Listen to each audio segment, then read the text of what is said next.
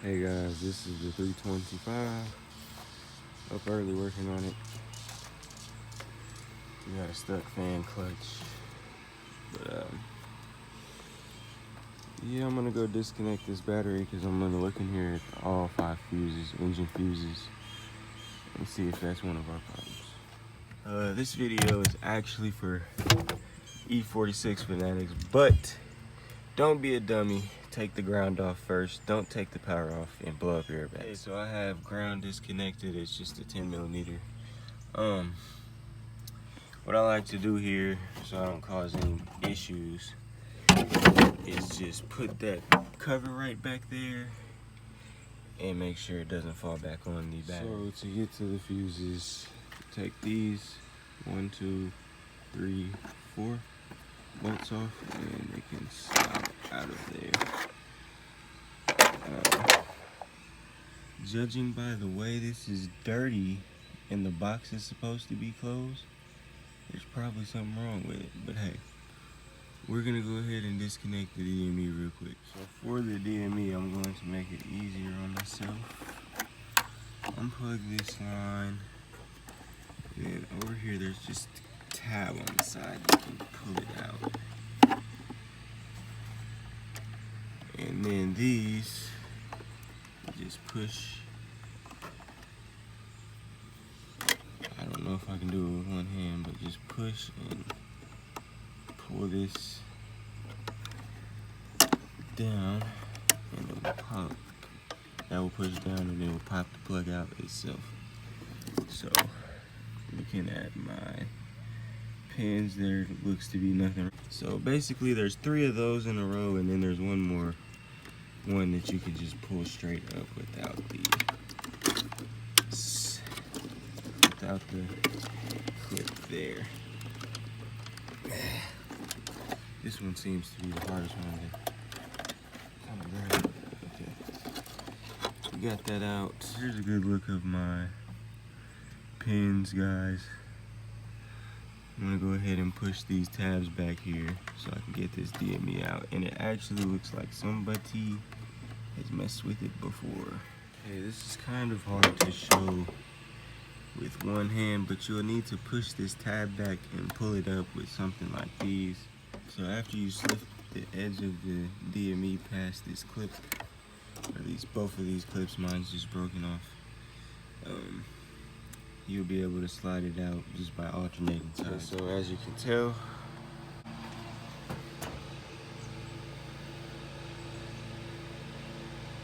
yep, so this is the original ECU. It's an MS-43, so I can tune it, which is good.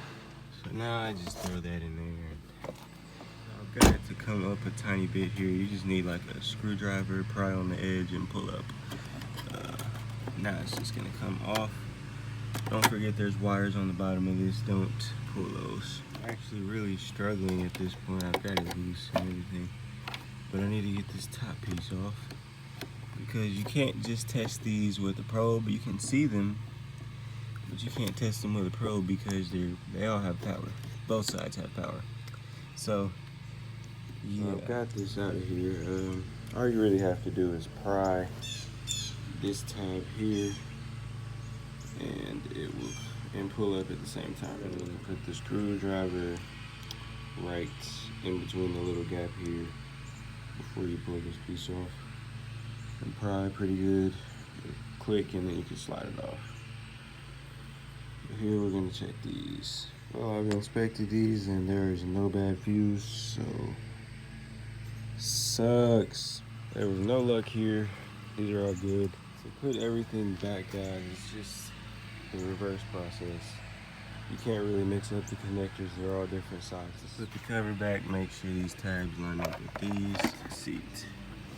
Like that.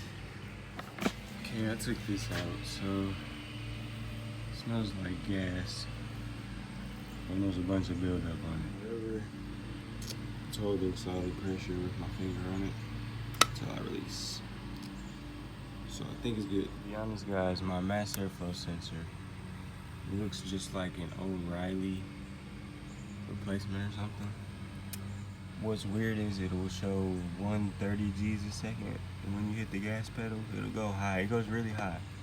I don't know if that's normal or not, but you guys can let me know.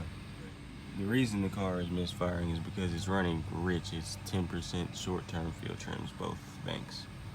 This is crazy, guys. A real Black Widow. Which one is unhooked? It's down here on the right side of the diesel. If you look straight down, it's the middle wire coming out of here. And it goes right to there. And this, when I had my filter here, was creating too much back pressure, so it started pushing out of this CCV cap. And I don't know if that's supposed to happen. Y'all let me know, because I don't think it's supposed to happen. I don't think anything's supposed to come out of here. But oil was spewing out. You can tell there's a bunch of dirt and grime where it used to get. The computer needed to relearn. I forget how I did just have everything unplugged.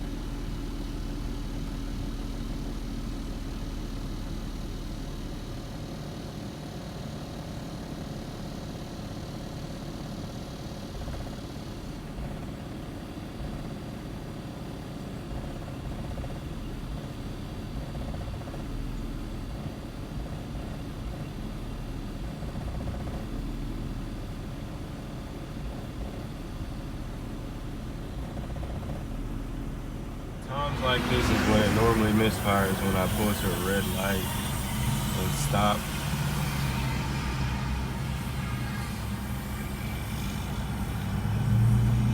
It's actually not misfiring right now, but it just gets worse the more you drive it, really. And this is the first time I've had it out today.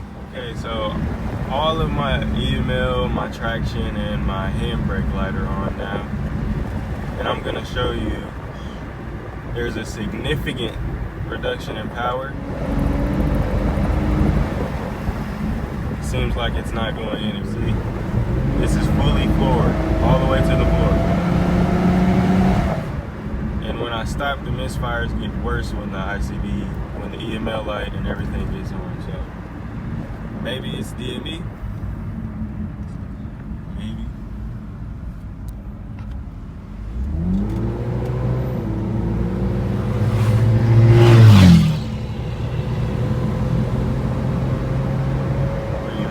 Stop there, but you guys can kind of get the general idea. It's significantly down on power, misfiring, EML, traction, brake light, fuel trims are just all over the place. They're probably positive 10 when the car is just idling and negative 10 when I'm actually hitting the gas or something. And that may indicate a vacuum leak, but it's trying to make itself run rich for some reason, and I just need to figure that problem out.